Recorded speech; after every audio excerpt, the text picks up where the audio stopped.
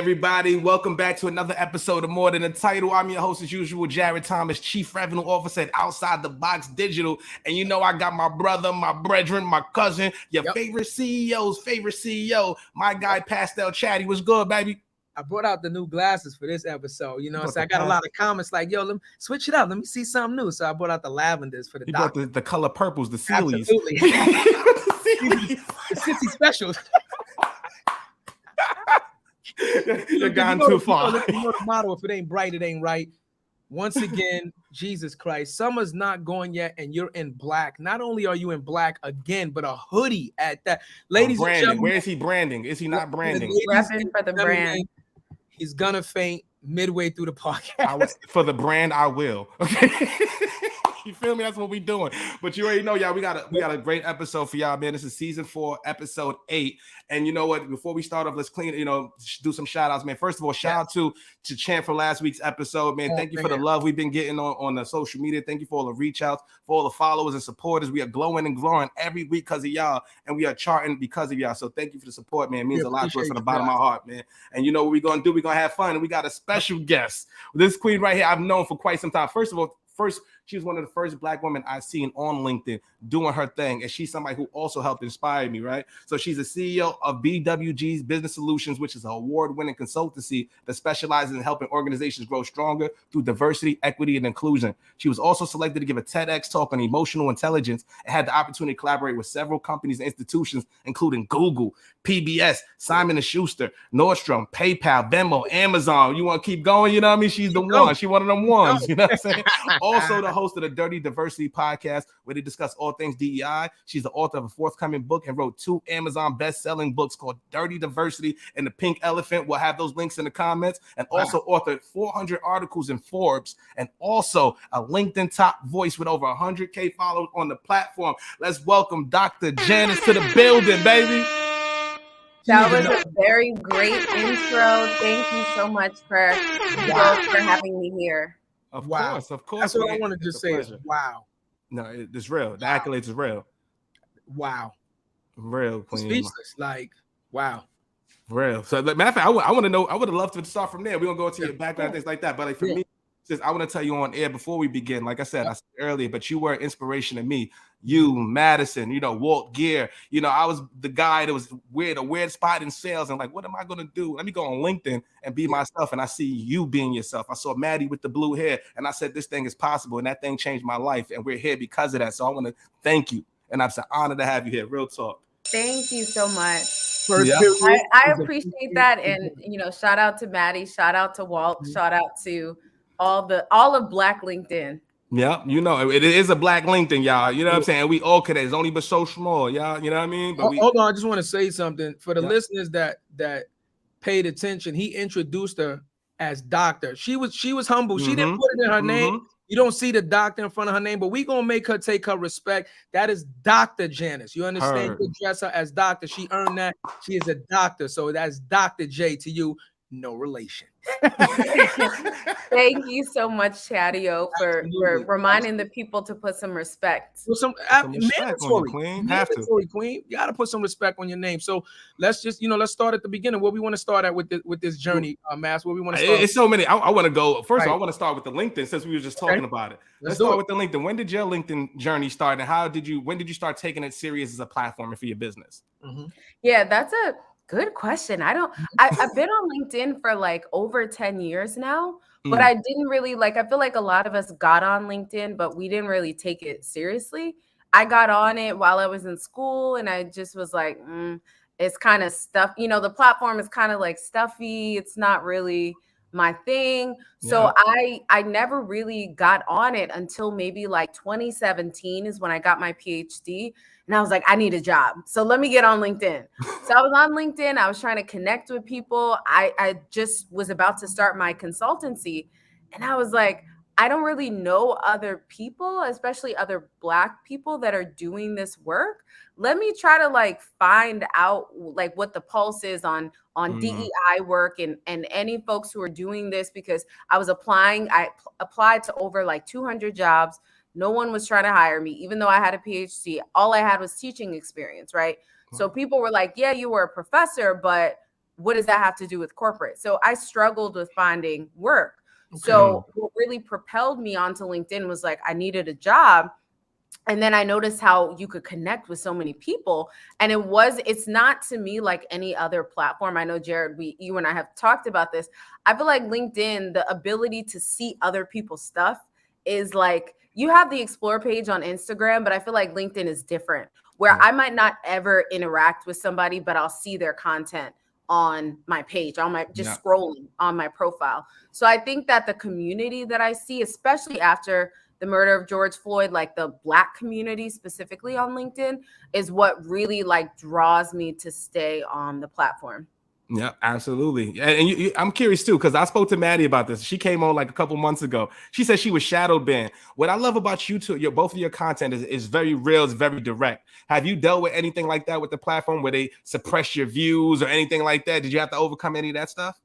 I do, only when I talk about whiteness, right? So there was someone sent me a few years ago a article about a white-owned diversity, equity, and inclusion company that secured over $1 million of venture capital funding.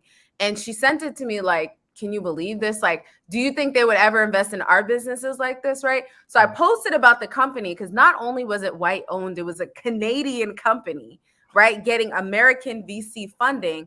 And I just thought that was wild. And so I called it out, and I'm sure they saw the post, they reported the post, and I got taken down for like, I think they said I was bullying, because I'm not like one of those people. If I was a rapper, I'm not gonna like, I'm gonna call you out, right? I'm not gonna kind of like be subtle about it or do those subliminals. Yeah. So I tagged the company because I was speaking directly to them. And I said, I think it's just ridiculous that a company can kind of co-opt what many of us have already been doing and make money just because you're white owned. And the post was taken down. Right. So I feel like on all these platforms, we have to know how to move. And I know certain ways to like maneuver. And even my new book that's coming out, it has whiteness in the title. So I have to be like strategic with when I'm talking about it. How do I describe it without the post getting shadow banned? Message. That's crazy. But isn't that at the root of the issue? Mm-hmm. That's the real issue. You don't want to get me started. Let's keep it real. Let's keep this. What is more than a title, ain't it? What we doing? My thing is like, long story short is, it's amazing how we can have all these atrocities done to us. The news can show all these atrocities done to us. Never a problem. Free speech all the way around. Mm-hmm. But the absolute moment we start speaking up and defending ourselves, and just, again, she's nonviolent. She didn't protest. She said, this is my opinion on it. My opinion on my page. And it's a problem. I'm just going to leave it at that. I'm just going to leave it at that. Absolutely. And another thing, when we go, I'm going to go deeper into that, bro. But I do want to say something that is funny. 5,000 Africans died in Libya this week. I haven't seen a post or anything on it. But when we go to the war with Ukraine and all that, they got banners, they got all that other shit. I just want to see fairness across the board. I'm pretty sure that's what you want, Dr. Janice. That's just what real. Yeah, I think even like who we decide to give our attention to, right? There's like missing white woman syndrome, where when it's a white woman, especially a blonde white woman, that gets headlines, right? Message. Is this missing woman, right? But when one of us goes missing or harm comes to us, you don't hear about it. You don't see people post about it. The whole, regardless of what we think about Carly Russell, I've never seen so many people rally behind a Black person that was missing, that was supposedly missing like that, right? I've never seen that before. Wow. Usually it's like you hear about it after the fact, right? And so I think that it's so ironic that when you're even talking about this or calling it out, you get suppressed. So I think it's like many of us have to figure out the covert way to speak about these things so that we can still talk about it, but our stuff doesn't get, taken down or shadow banned. But it's so tiring being covert. Yeah. You know what I'm saying? We got to do that shit in the workplace. We got to do it online. Right. The answer. I'm going to put it out there. You already know the answer to what you just said, right? The inevitable answer is this. We need our own network that we support, and we ain't got to worry about that. Plain and simple. That's when you keep joining other networks owned by not our culture, then we have to go through that. So eventually, I'm hoping somebody with some money, somebody with some influence and some power says, hey, I got all this money, can't spend it all. Why don't I just create something for the community so that my community can have full freedom of speech without the worry of being shadow banned, bullied, and put on timeout? So that's a good spot. But why do you both? I'm curious. Why do you both think it hasn't happened already? We've got the Magic Johnsons, we got billionaires, we got Diddy, we got a lot of black billionaires. Robert Smith, or I think his name is right. Robert Johnson, I think. Yeah, from Venture Capital Fund. He was just that. So like, why hasn't that happened? Why don't we have a platform for black voices? I think that's a whole nother thing, because when we do have platforms, we have fan base, right? Yeah. But we have Spill or Spilt or whatever. But yeah. It was interesting to see, like, when Threads came out, we all flocked to it because Instagram made it so easy. It was like seamlessly you integrate it into you don't have to earn your followers. You're already getting the same amount of people. So it was so seamless, but we had this other platform, Spill. And for me, I was like, I'm going to download Spill. Yeah. I'm going to try to figure out how to use it, but it's so easy to use Threads, right? And so I think that it's a combination of the fact that when it's our businesses, some of us don't, like, we have a lower perception of Black-owned businesses. We have to be honest about that, right? When you come we expect to get discounts sometimes. We expect to be like, yo, break me off with the deal. We expect lower quality because it's Black-owned, but we don't understand that, like, Threads had a head start. Instagram has, Mark Zuckerberg and Meta behind them. So it's like these other apps don't have that. And I think that one of my issues with, I think it was Spill, it was that I heard one of the founders, it was created by, I believe, 2 Black men, or 1 Black man and 1 maybe Latin American man, something like that, or maybe he's biracial. But he said, our app isn't for everybody. Our app isn't just for Black people, it's for everybody.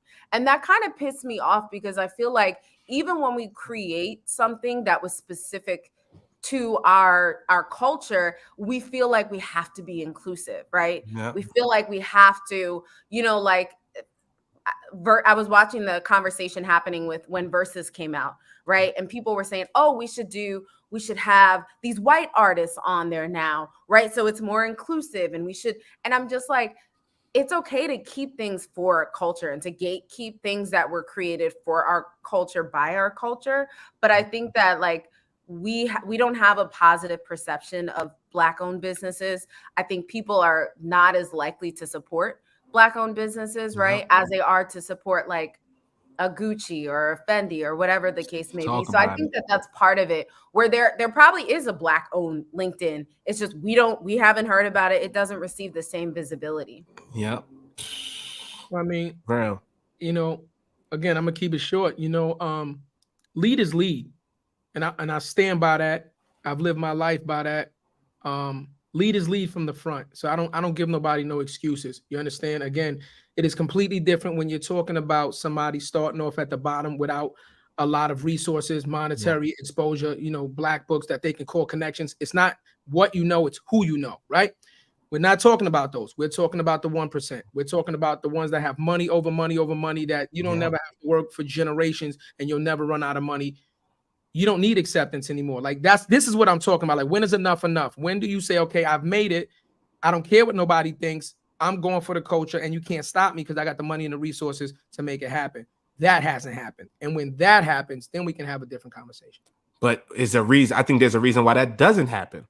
I'm not at that level, so I don't know what conversation is being had from a money perspective. But if you look at the example of what Ye did for speaking, I'm not saying the way he said was right or something like that, but they cut off his pipeline. You got a lot of deals. You got partnerships, sponsorships. You got. I'm just saying. I'm just keeping it real. Let me just say it to you. That's the reality. Let me say it again. Lead is lead from the front, and we're gonna get off of this because we I'm more Dr. J. But perfect example, right? What our ancestors did, people that came before us with the civil rights movement and fighting, right? They knew that what they were doing might, 1, put them in jail, 2, cost them their lives, right? That happened multiple times, right? But they understood that it still needed to be done to affect generations moving forward. It's the only reason that we're sitting here having this conversation right now, because of what our ancestors did to pave the road to do it for us. We owe it to ourselves, and we owe it to our community to do the same thing. We have to get to a point where we can do something. We have the platform to do it, and we say we're going to do it regardless of what the outcome is, because this is important for our community, and we might not ourselves benefit from it in our generations, but you pay it forward. It is our responsibility to now pay what we got to get us here and do it again for the future generations to get further. And that's it. That's absolutely real, but not everybody has that. You know what I'm saying? Unfortunately, everybody's not a leader though. Again, you get one or two, three in a generation. Again, that's why I said, right? But you can't say that we have none. There's a lot of people in position to do it. You know what I mean? No, facts. But so we're gonna get off of that. But what I wanted to ask you, Dr. J, is just like anything, right? How did you feel, right? And because I didn't go to college right away, really quickly, because I went into the Marine Corps because mentally I wasn't ready for college. I scored very high on the SAT. I played sports. I had scholarships, but I knew that if I went to college, I would fail because I would go to an HBCU and my mind wouldn't be right. So I didn't go right away, right? So, but I went to college later just to show my sons that even though I was already successful, I'm going to go back to school and get a formal education to show you that it still can be done at any age, right? But I don't have a PhD. So, how did you feel? Like, that's a lot of dedication. That is a tremendous amount of just hard work, tunnel vision, focusness, thesis, you know what I mean? Like everything that goes into getting this PhD. How did you feel when you have got to pretty much the highest level of education and you can't get a job? That in itself is something serious. I feel like by you getting that PhD, almost every door to, that upper echelon level should have swung open to you because of your expertise. Them boy, y'all potting now. Let's get to it. Yeah. You're on mute. Thank you. That's a great question. It was embarrassing because the same year that I graduated was actually the same year I was selected to do the TED Talk. So I was about to graduate, or I defended my dissertation and I graduated in December, but I was about to graduate and everyone was excited about this TED Talk. And I was like, I'm struggling. I can't find a job, but I didn't want to tell anybody because it's like, why did you get, in people's minds, it's like, well, why did you get a PhD then? If like, what's the point? Like all of these things. And I was embarrassed. So I didn't tell people, people didn't know I was like struggling to find work. And I just was like, I can't find anything. Everyone's like, you were a professor. You don't have corporate experience and you're looking for, like diversity manager roles. You don't have any on paper. It looked like I didn't have any diversity manager experience, but I literally have been going into different places and facilitating conversations about race and racism. I have a YouTube channel I've had since 2011 where I've talked about these things. And, like I didn't look like on paper, like I wrote a whole dissertation on bias in the hiring process, but it's like, oh, but I don't have any fancy names on my resume. I don't have the traditional corporate experience. So it was like, I think a reminder of the importance of, now that I look back, like building my own, right? Because now I feel like I don't know if I would ever go into a corporate role because of the love that I like, the joy that I feel being able to wake up and do what I want, right? If I want to wake up and I don't feel well, I'm gonna be like, you know what? I'm gonna cancel these client calls that I have and reschedule because today is not it, right? But I remember days where I would go in as a professor. I'm expected to answer emails over the weekend. If students have any inquiries, like I'm expected to always be on. And so it was a really sort of difficult time because as I'm graduating and walking across the stage and my family and my friends are there, they're like, oh my gosh, what are you gonna do now? And it's like, I don't even know. Like, I'm trying to figure out what I'm going to do. So I think that felt like a lot of pressure on my shoulders. And that's, another reason why I was like, I need to be on LinkedIn looking for things and looking for opportunities because people assumed that I was like in a particular place, but I wasn't. Damn. That is so real. And then what was it on LinkedIn, or how did the first opportunity come about? Right. So you went on LinkedIn, you got the PhD, we were figuring out, what was it? Was it a particular piece of content that took off and you like, this is it? No, it wasn't even, because I was like, I didn't know what I wanted to do. When you get on a platform, like when I got on Threads, I was like, I was never good at Twitter. I'm not like a witty person. I can't write one-liner. Yeah, that's just not me. I always say if I was a rapper, I'm great at writing poetry, but I would never be able to freestyle. My mind doesn't work that way. So I just was like, how am I going to approach threads, right? So when I got on LinkedIn and when I started getting active, I was like, how am I going to approach this? And I would just sit more like back and watch what people were posting and interact with it and like it and comment. And you know what's funny is how I got the Forbes opportunity was because of LinkedIn, where I was just scrolling, looking for opportunities, looking for any DEI speaking engagements, because I hadn't started my company at this time, but I was like, anything related to, because I was like, I'm going to be a speaker, I'm going to be a consultant, even though the business hasn't manifested, I'm going to do this. So any opportunity I was looking for, and somebody I was connected with posted that there was like a conference in New York that was happening. So I was like, oh, I could do that, right? It wasn't paid. It was a free type of conference. I filled out something on the website and they were like, oh, we know that you filled out something for a solo session. We think you'd be better with on a panel. So they put me on a panel with an HR person and 2 other DEI folks who were pretty high up in their company. They did like, you know, DEI roles in corporate. And I was over here like, I don't really like, I felt, you know, inadequate. Yeah. And so we had the session, you know, they had Adam Grant as their keynote speaker. And so I was like, oh, this conference must be legit. In my mind, I was like, oh, because they have Adam Grant, they have this person. So after the conference, the next day, I get an email from an editor at Forbes. And she said, hey, I was in the audience at your session at that conference. Have you ever done any writing, or are you interested in writing? At Forbes, we have our career section, but at the time, Forbes didn't have, like right now they have a DEI section. Yep. Forbes never had that before. So She was like, we're looking for somebody to write more about this particular topic. And you know what was funny is that this was June of 2018. In January of 2018, I applied to Forbes coach. They have a coaches council. Yeah. I applied to it. They rejected me, right? I saw the rejection email.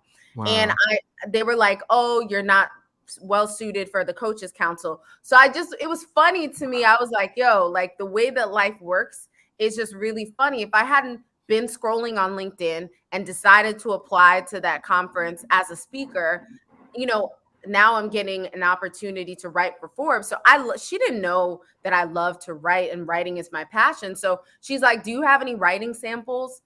And I had written maybe like 2 articles on LinkedIn. Right. And I had my dissertation. Right. Other than that, I didn't have any writing samples. I know Medium was around at this time, but I wasn't using nothing. Medium, yeah. So I didn't have any writing anywhere. I was like, let me send you. So I sent her what was on LinkedIn, and she's like, oh, this is good. And that's how I got that. That was like the first time that I was like, wow, LinkedIn is really powerful. Wow. You know, that second period, or where we at? No, otherwise it's not going. There it go. There it go. So one of my most favorite things I like to do is backtrack real quick though. Because you said something very important that we've been talking about and I've been fighting for since I've been working, right? The difference between the relation and you going to school and learning a medium and then getting a job that can actually make sense to the level of education that you have versus on the job training. So make this make sense for me. You want me to go to school and you want me to get an education, a formal education, associates, right? Which they say is, an associate can't win. We know what we're talking about, right? Bachelors are better. So I get a bachelor's. Then I go and get a master's, which enables me to go into this higher position that some of these positions require a master. Yeah. But guess what? I've never stepped foot on a job site. I could have came all the way through school, elementary, all the way into college. So technically, I have no technical experience at work, only fundamental knowledge that I've been taught. So you make me do all of this. And then the moment that I apply, the first thing you say to me is, you have no experience. That to me is the most insane backwards system that I've ever heard of. How do I get the experience if you never give me the opportunity to get the job? And how do I get the job if the minimum requirement is the education? What are we talking about? It doesn't make any sense. And you know, absolutely no sense. You would probably, Chadio, you'd probably be surprised at me saying this, and maybe people are surprised at me saying this.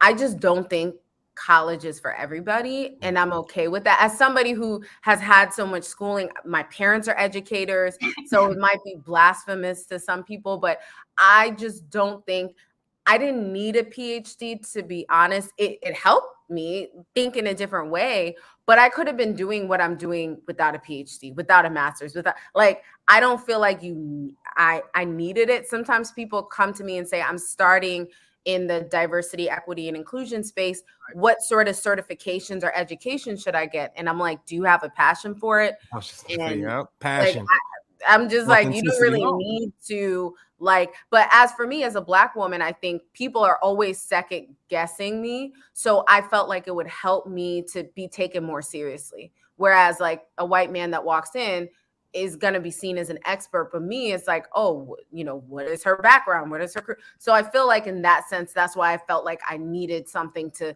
solidify myself. But looking back, I didn't need to go into 6 figures worth of student loan debt to do the things that I'm doing right now. If I'm being 100% honest, I am using my degree 100% now through my business. But if I didn't start a business, I don't know where I would be. There it is. And I'm glad you kept it all the way 100, because you know I was going there, right? Along with this higher education comes this enormous amount of debt that, FYI, unless you went to a specialty school, you never gave us financial services. You never gave us credit classes on how to do that. You never gave us any type of financial education to know how to manage credit cards or manage that. But you're throwing us in debt. Do you see the loophole that they put you in? And I understand back in the day, like this is new age. And I understand whenever there's a system, it has to gradually change. Back in the day, it was almost like cliche, right? You had to have a big name. It was what name was on your degree. Not only did you have a degree, but what name was on your degree. You could be a complete idiot, but he went to Harvard. He went to Harvard. Yale, Notre Dame, Stanford. Figures. And you could be a complete moron. But I feel like now people are realizing that is not, it's do you know? And do you have the passion for the work, right? And another thing you said that I want to jump on, please don't ever, listen, people are different and people learn different and people operate different. Yes, college can be for some people. It's no disrespect to anybody. Like I said, I was successful without college. I was 6 figures without college. I could have made 7 figures without college. I became a homeowner without college, 800 credit score without college. I chose to go back as just to be a role model for my kids to say, look, you can do it this way, but if you do it this way also, it helps. But there's no disrespect to anybody that never went to college. There are Fortune 500, there are billionaire. Walt Disney is a perfect example of somebody upside down, kicked out of school. You understand what I'm saying? That never went to college or never finished college and end up being one of the most influential people that developed the company in generations. So it is what it is. Yeah, it's real, yo. You know, and something I also wanted to talk about too. Like, I'm curious because you started working with brands and you started like, what is something that you hear constantly? Because I also read your post about hair discrimination, right? And that was a touchy topic for me. I actually, in my first job, I had braids down my back. I was a top employer. They sat me down in the room, and I'm sitting there like, "Hey, what's going on?" First of all, end of day meeting. I'm thinking I'm getting fired and shit. I'm like, "Oh no," you know what I'm saying? And he's like, just looked at me dead in the eye and said, "Yo, the board doesn't know you. You're doing great work. We love you, right? But maybe it's your appearance." And I literally just put a post out with this. I have baggy pants, Pradas. You gotta run that. If you got a picture, you gotta post. Absolutely. I got the braids. A couple of weeks ago, you had put it up, right? With you in front of the whiteboard or something like that. Yeah, when I was on the phone like this. That was like a day. That was like a week after. I cut my hair and I was in a suited and booted. You said I didn't know what to do. I put on the big Steve Harvey suit. Looking like Allen Iverson on draft day. The Allen Iverson braids. But that's what it was. But I had 2 choices at that point, right? I could have said F you, stood on my morals, and guess what? I probably wouldn't be in the tech space right now. Yeah. After that, my second job after that was Con Lions. I was one of the first Black employees with a tape up. Now, would I have gotten that opportunity with braids down my back? Who knows, right? So I'm curious, like on your take, like what are some things that you see other Black professionals dealing with that are maybe not as talked about? Yeah, I think hair discrimination now is finally getting more the attention. More just but it's hard because it's like I always say, like, you know, I think people should rock the natural style, but also like if it's gonna prevent you from keeping a job, it's like we all have to eat, we all have to put food on the table. So it's like sometimes you just got to do what you got to do. But I think the code switching is a big thing, where it's like, for me, when I was in academia, I was the only Black woman and the only Black person in the department. And I was younger significantly than everyone else. And I just felt like I had to be fake. Like, I don't know anything about golf. I don't like, we don't do the same things. We don't listen to the same music. I'm not going out for beer. That's not really my thing. So it's like, you have to like change so much of yourself. Or for me, I was just fake. You know, I just would put on the smile. My mom calls it my white voice, right? And she's like, oh, you know, whenever I pick up the phone, she's like, go ahead, put on your white voice. You know, so it's like, you have to sacrifice and change so much of yourself. I feel like in most cases as a Black person, if you want to ascend, right? Where someone might be like, well, Jared, who cares? It's just hair, cut it off. What if you're Rastafarian and you have locks and it's like there's spiritual significance to it? Why should I have to like sacrifice part of myself? And I feel like in corporate, I would say in a lot of cases, in order to ascend as a Black person in corporate, you have to like lose parts of yourself if you want to rise. You're not going to get there being somebody that they think is rough around the edges. They're going to try to make you into the good Black person that they think is acceptable to present to the company. And so I think that at some point or another, we all have to admit that if we want to rise in corporate, right? And I don't judge anybody if that's what you want to do, right? We all have to put food on the table. So if that's what you want to do, but I think just be honest about it, right? Just be honest about the fact that like, this is what it is when you decide you want to be an executive in these big corporate companies. I've never seen where, I think Walter Gare is like one of the few examples of someone who, I don't know him well enough personally, but from the outside looking in, it seems like he hasn't sacrificed a lot of himself. But I think that's very, very rare. He seems like an anomaly. He is. I'll tell you right now, what you see on LinkedIn is what he is. He's one of the realest, most genuine, down-to-earth brothers. Like, I'm supposed to shout the wall. I'm supposed to go get drinks with him downtown tonight. I don't know if I'm gonna make it in time. That's that's real talk. He was coming to pick me up, man. You know I'm hurt, man. I can't go up there. We ain't gonna never make it. I gotta say it. You know, it's not. What was the name you used for it? Hair discrimination. It's not hair discrimination. Let's call it what it is. Cultural discrimination. Let's talk about what it really is real quick and get off it, right?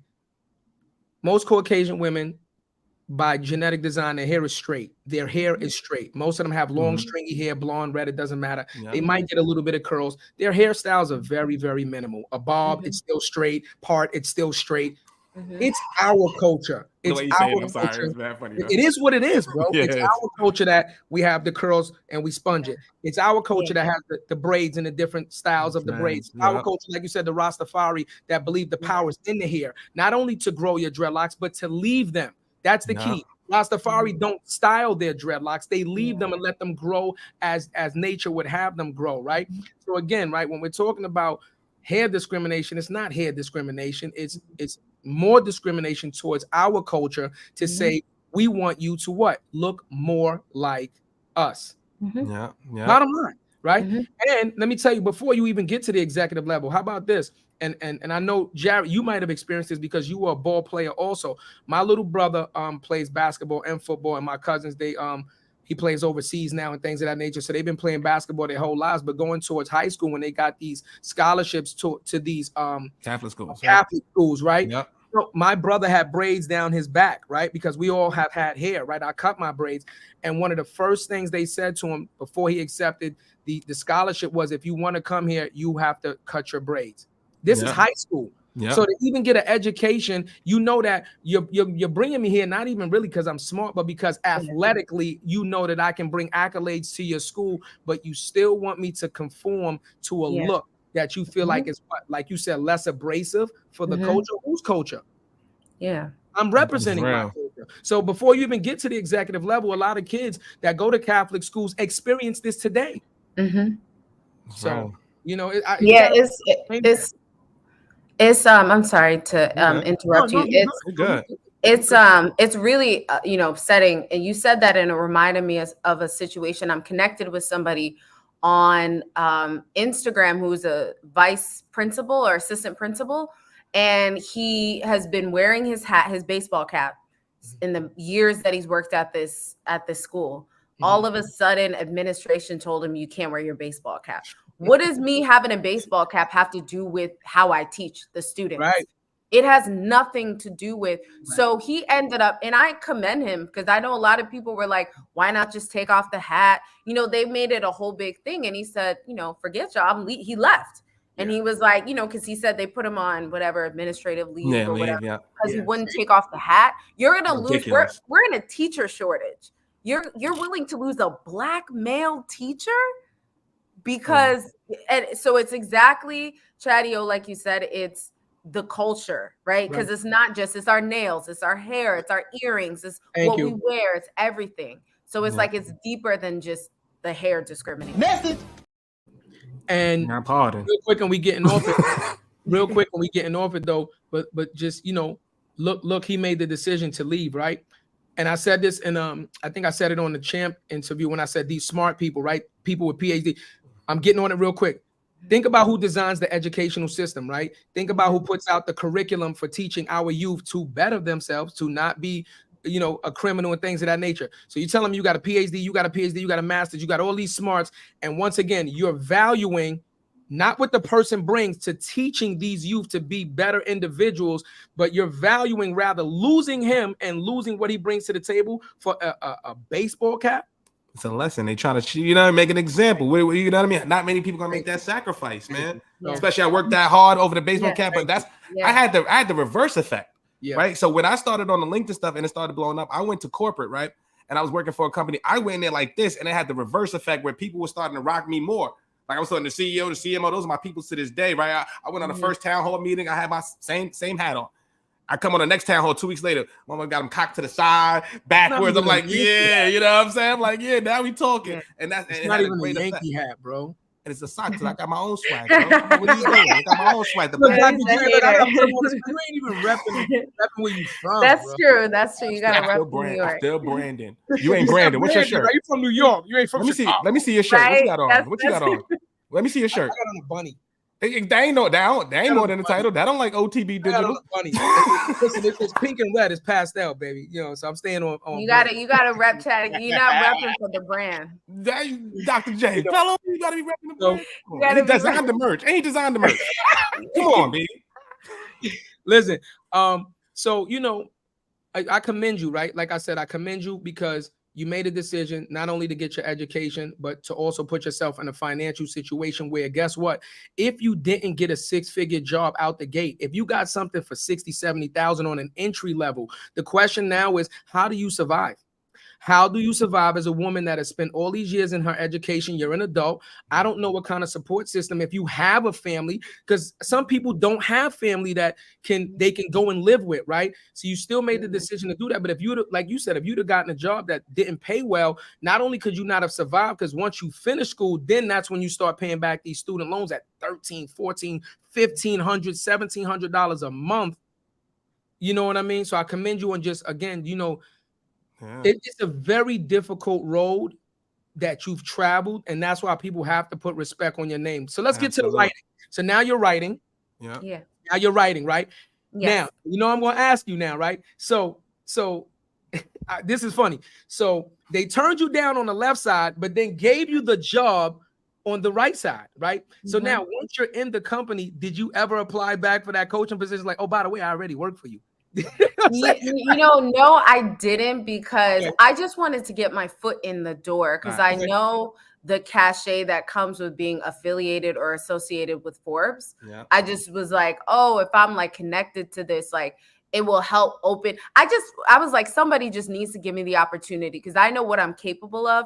It was just that no one was giving me the opportunity. I was like, I can prove to these people that I am worthy, is how I was feeling. But like I did in now looking back into it, the Coaches Council is more like a membership organization. You pay over $1,000, I believe you pay over $1,000 every year to be part of it. And you don't have as much freedom to write articles like I do. So it's like more of a brand builder to say, oh, I'm a Forbes coach, right? But like when you think about what that really means, it's more so for like the branding of it. And for me, as somebody who's passionate about writing, I feel like I'm in the right position, and that rejection was completely fine because I saved that email, right? Every rejection email I got, some of those companies are now the ones reaching out for me to consult for them. So it is it is a good feeling. I'm like, okay, y'all turn me down, but look, kind of look at me now.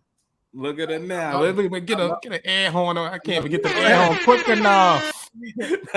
But Dr. J, I'm also, because what I really impressed about, like you said, you got into that, you got your PhD, but then to go into DEI work is not something it's not sexy. It's not something that pays a lot. It's something that's very hard. You need a lot of education on it. You need to, and then still you can do all of that work and still feel like we haven't made a dent. Well, do you think from the time you started to now, has there been any progress made in corporate in terms of diversity, DEI? Because I feel like it was no cooler time to be Black during George Floyd. Yeah. And what we're seeing now, we're seeing advertising dollars drop. We're seeing when people are tough times are going, who are the first ones getting fired? Is the Black employees. With the work that you've seen, like, do you think we're making an impact? Like, and what can we do to make a bigger impact? Yeah, that's such a good question. I think that a lot of the efforts that were made in 2020 are dwindling because for a number of different reasons. I saw backlash. I think when you focus too much on Black people, there's like this anger from non-Black people, if I'm going to be honest, right? Real. That's why I'm not like, oh, POC, I'm Black, we're Black. And there are issues that are very specific to Black people. But I think that there's this sense of like, when you're focusing on Black people specifically, people feel like somehow you're taking energy or attention away from other racially marginalized groups. And I think that it's okay to acknowledge that my journey as a Black person has been different from your journey as a non-white, person from a different group, right? But I think that like that's one thing where I feel a lot of people are like, well, we did the Black thing for a couple years, like we can go back to what we were doing.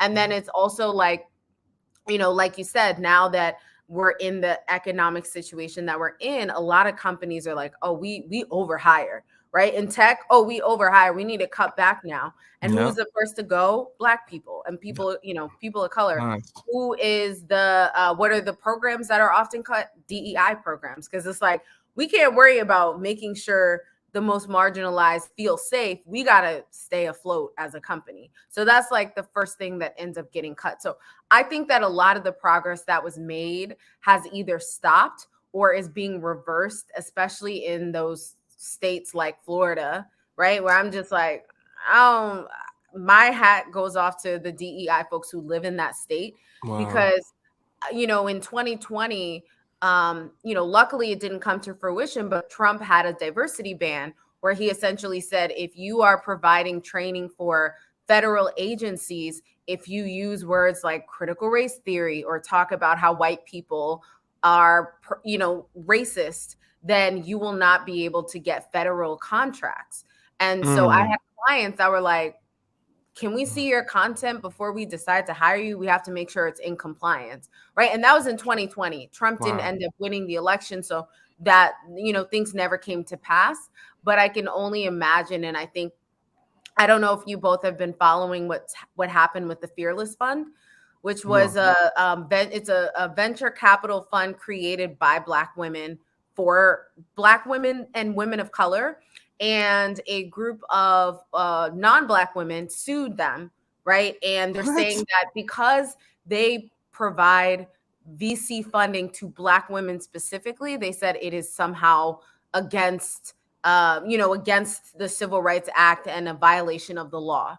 And it's this idea of like, because we're focusing on Black people and helping Black people get resources and helping Black business owners get capital, right? Oh no, like that's not, we want some of that too. We want a piece of the pie.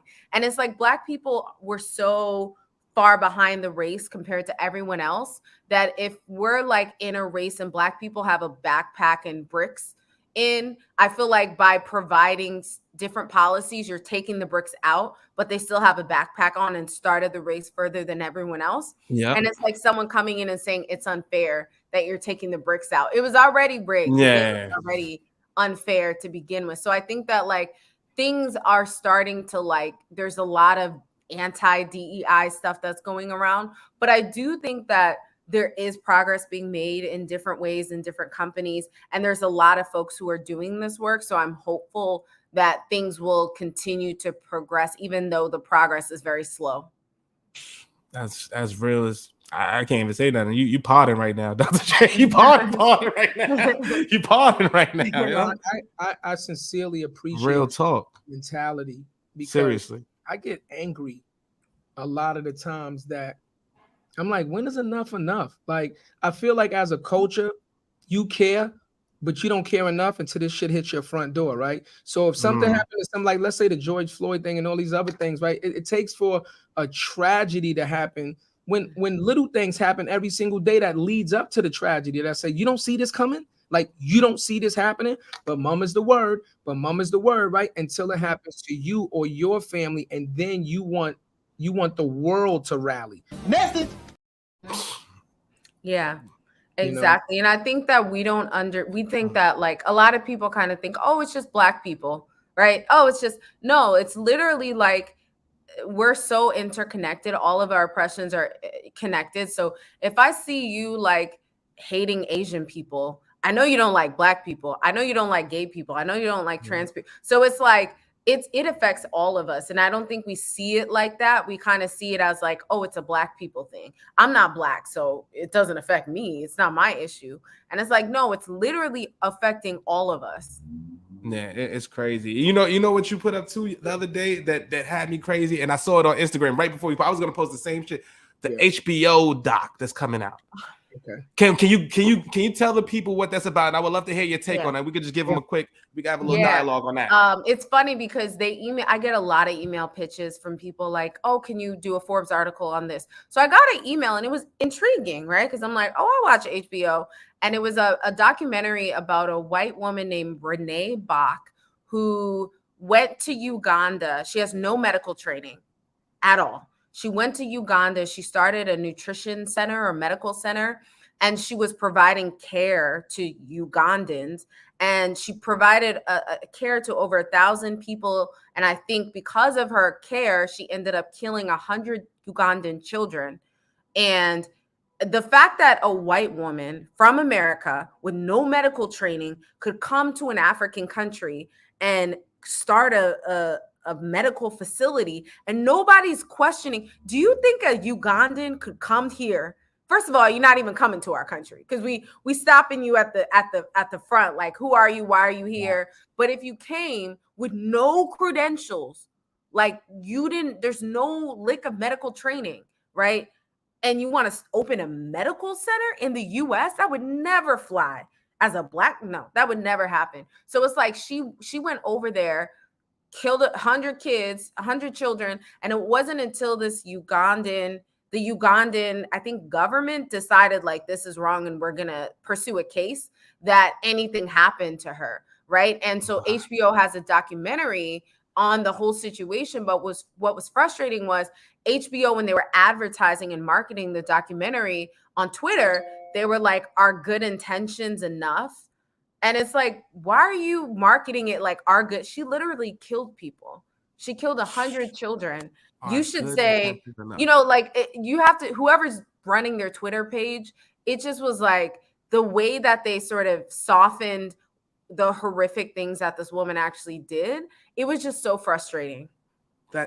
I'm not too for. I didn't read up on it. I'm not too for. What ended up actually happening? Like, did she end up getting tried, or she's on trial? What's going on? Pending. I think pending? It's still, okay. Yeah, there's no. So it's just kind of. I'm grateful that HBO is like bringing the story to light, because I was vaguely familiar with her, but like, this happens a lot where white folks go into these like developing countries to save the Black and brown children there, and they end up causing more harm. It's crazy. But then what is the solution in that? Because we're not saving our own either. Well, that's a whole nother. I feel like that's a whole nother discussion. No, that's real. You know, but Chad, I'm surprised you ain't hear about that story. You ain't see the HBO thing? No, you're on mute. You're on mute, bro. No, I got it. I was doing something in the background, but you know, I didn't get a chance to hear about this, so I'm not going to comment on it, because I don't like to comment on things that I haven't done a certain amount of due diligence on, so I don't sound ignorant. So I will say that I have not heard of this, but by you guys bringing it up, I will make it a priority to do my due diligence and do some research on it, and then I'll have a comment later. You went to media training and shit? What the hell? I'm just saying, but no, again, that boy potted. That boy media trained. He ready. You don't have to know everything, but remember, we are authentic, right? Absolutely. So when I speak of things, a lot of times you'll hear me say, I got to do more research, but I've heard this and I know that. And and people know that when I say something, obviously I've done enough research to know what I'm talking about. I might not know 100% on it, but on this thing, I know nothing. Right. So I don't want to even comment at all as to not sound ignorant and say something that might offend somebody when I don't know what I'm talking about. So on this one, I'll bow out. I gracefully bow out. So I think it's called complex, right? Or savior, something like that. But if you look up white savior, Uganda, HBO, it'll pop up. It's coming out, I think, next week or the week after that. Yeah. So crazy. And then we asked this. I know we're coming up on time too, sis. Yeah. I would love to know, because you had a credited career. What is one of your favorite moments in your career? Or matter of fact, that was 2-part. What is one of your favorite moments in your career? And what was one of your toughest moments in your career? And how'd you overcome? That's a good question. I don't think I've ever been asked what is one of my favorite moments in my career. I would say when I get like messages and emails from people after they attend a workshop of mine. Like I did a workshop on hair discrimination, and after the workshop, this Black girl emailed me and she was like, I felt really seen in your workshop. Right? We've never had anybody come into the company and talk about these things before. So right. I think that is something that really makes me happy, because diversity training gets a really bad rap where people are like, oh, it's not effective. When we say it's not effective, we're measuring it by white standards. It's not effective if white people don't feel like it's effective. But if I go by the messages I get from non-white people who sit in my trainings, I see an effect, right?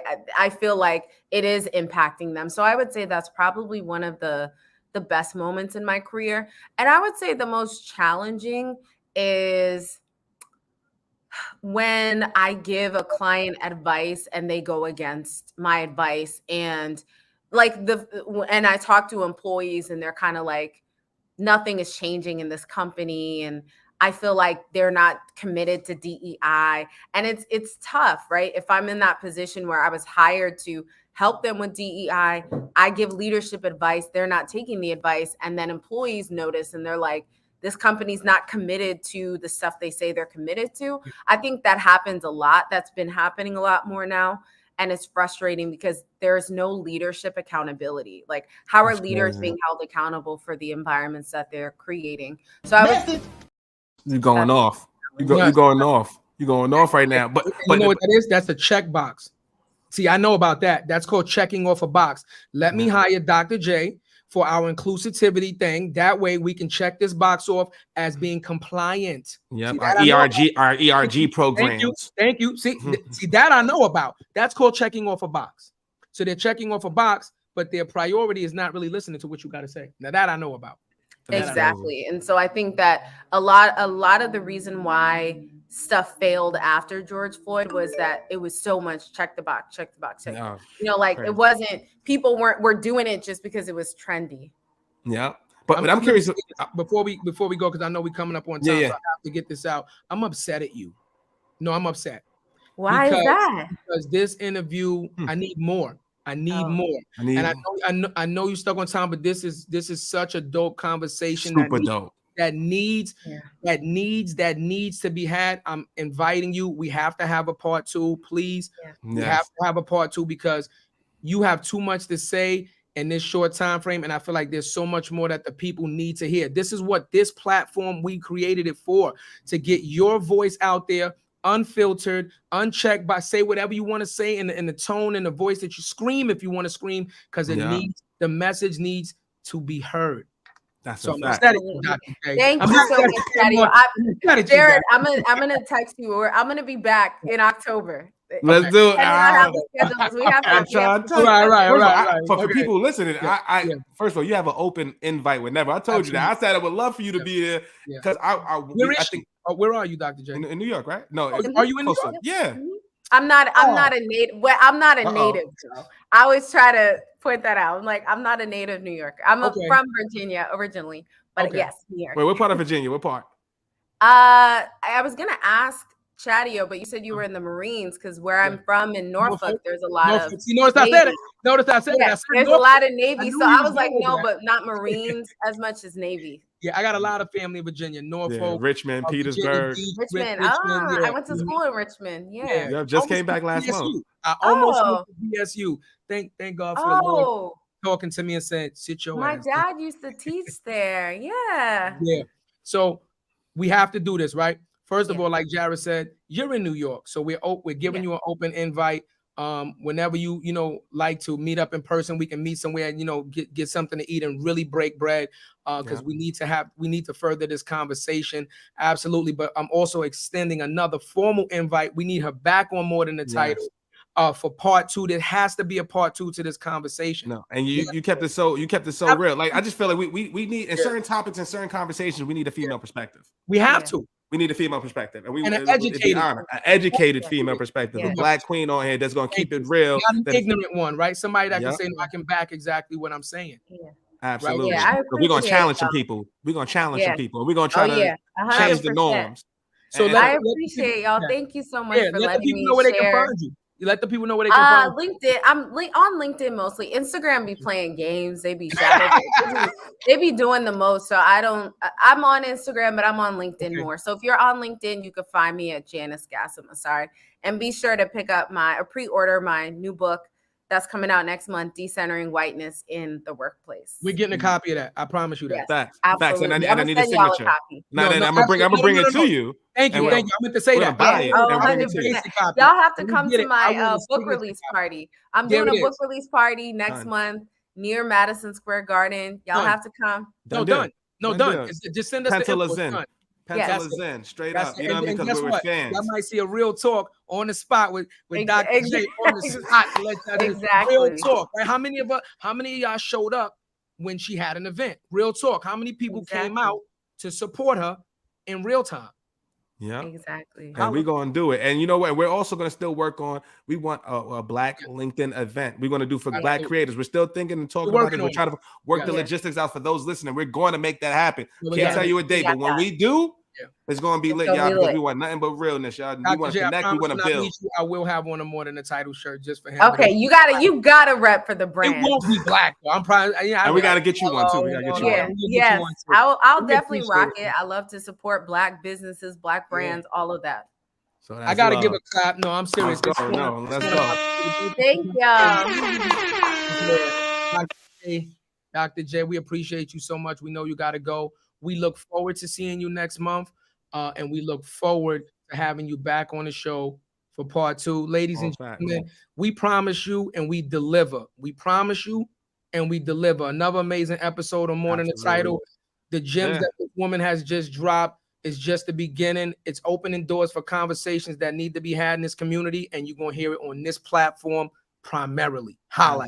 Absolutely. And shout out to everybody on the comments, out of everybody that's on the check-in. Shout out to the YouTube, LinkedIn, Facebook fam. We got some crazy episodes. Marcus Floyd on Tuesday, CEO of Horse Kicks, That Brother Is Bad. Then we got Natalie coming on, so co-founder of POC Stock. And then next week, the week after that, we got the former middleweight champion, Peter Quillen, coming to the building. We got our foot on the gas. Our foot is on the gas. I got some guests. Because being authentic and being real, being us, Queen, and that's all we're gonna have to do. Once again, we like to thank our exclusive partners. We brought to you by the Alive Podcast Network. We're on the first Black-owned, women-owned podcast network by a Black woman. See, we're not playing. We talk it. We walk it. What we doing? I love it. And we here. Till next time. Y'all. See y'all. More than Seeing it all, heard it all.